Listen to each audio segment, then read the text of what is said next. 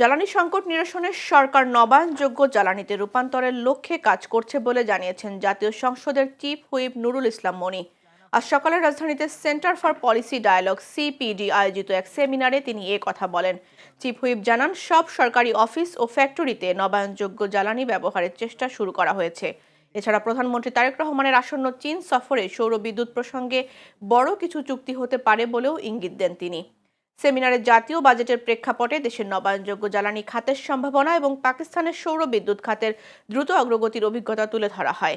বক্তারা ব্যাংক ঋণের উপর নির্ভরতা কমিয়ে ব্যক্তিগত বিনিয়োগের মাধ্যমে এবং দেশি বিদেশি বিনিয়োগ আকৃষ্ট করতে সরকারের নীতিগত সহায়তা ও প্রণোদনা বাড়ানোর উপর জোর দেন।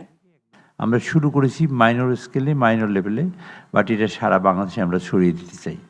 উনি বলেছেন, মিস্টার গাওয়ারি বলেছেন 73% রুরাল পিপল এটাকে অ্যাডাপ্ট করেছে ইন পাকিস্তান। 73%, এটা কিন্তু একটা বড় ব্যাপার। আমাদের দেশে আমরা একটা অনেক কাজ করি, আমি সেখানে শুনেছি, আমি শোনার কথা বলছি, যারা এক্সপার্ট ছিলেন তারা বলেছেন 4 বছরে এই টাকাটা ফিরে আসে।